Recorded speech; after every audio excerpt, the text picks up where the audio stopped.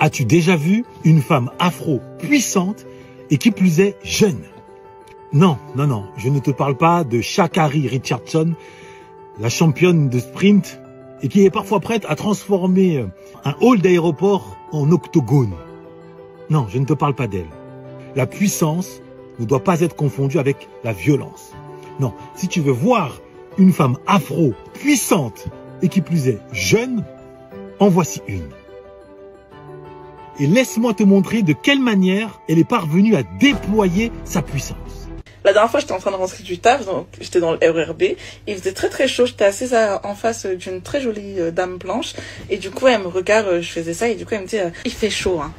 Et je lui dis « Ouais, c'est vrai, il fait très chaud ». Elle me dit surtout avec le foulard, enfin, il doit faire très chaud. Et je dis « Ouais, c'est vrai, il fait très chaud ».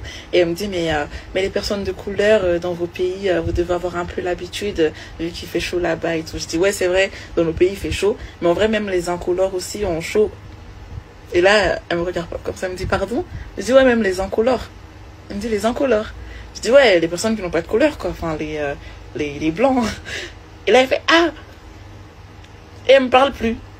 Genre, moi, j'ai pas compris pourquoi elle me parle plus. Genre, je voulais continuer la discussion. Quel dommage, j'ai pas compris. Genre, moi, c'était juste de la logique. Parce que si les noirs sont des personnes de couleur, bah, les blancs sont des incolores. Des personnes qui n'ont pas de couleur. J'ai pas compris ce qui lui a pas plu. Genre. Voilà.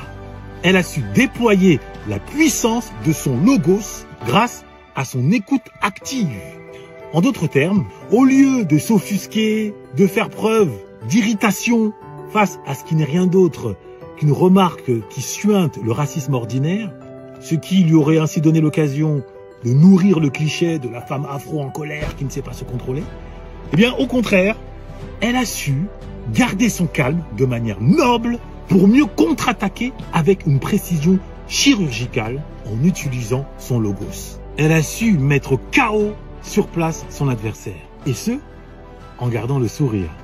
Nous rappelant ainsi qu'il n'existe pas d'arme plus puissante sur cette terre que le logos, lequel nous permet de nous imposer sur la durée, quand on construit, on s'organise, on élabore par la science, par le droit, par la philosophie, en clair par l'écriture, ou dans l'immédiat par la répartie, laquelle est maximisée par l'écoute active. Écoutez attentivement les mots afin soit de rebondir par effet miroir comme l'a fait la jeune sœur, par effet dual, ou soit en rebondissant sur la conséquence ou la cause. Il existe plusieurs manières de rebondir de manière puissante grâce à son logos dans l'immédiateté. Donc vraiment, j'invite tout un chacun à tirer la leçon de ce petit exemple qui nous rappelle que la puissance s'exerce par le logos, par les mots, en gardant son calme et non pas en cédant à la colère, à la violence.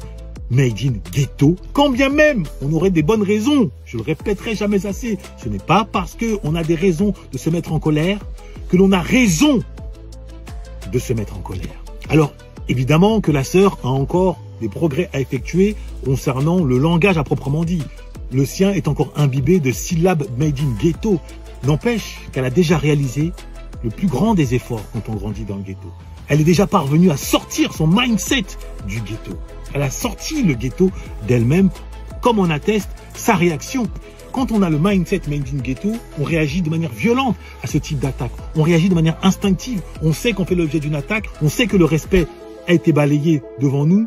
On sait que notre interlocuteur nous prend de haut, si bien que on se donne le droit de réagir de manière violente, physique, pour prouver qui l'on est.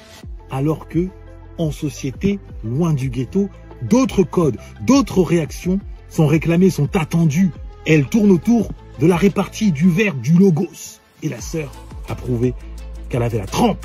Et je lui souhaite encore bien d'autres victoires sur ce terrain-là. Et pour celles et ceux parmi vous qui veulent accéder à la maîtrise du pouvoir des mots, je vous attends dimanche à 18 h pour une masterclass d'anthologie qui est gratuite. Vous n'avez par conséquent pas d'excuses. Encore faut-il que vous vous inscriviez à temps, les places étant limitées par souci de pédagogie. Et vous verrez qu'il y aura dans votre vie un avant et un après, comme celles et ceux parmi vous qui en ont déjà bénéficié. Non seulement il connaît son sujet, il maîtrise son sujet, il est sorti de la donc allez-y la famille, il n'y a rien à dire. Voilà, que chacun se le tienne pour dit. Noblesse oblige.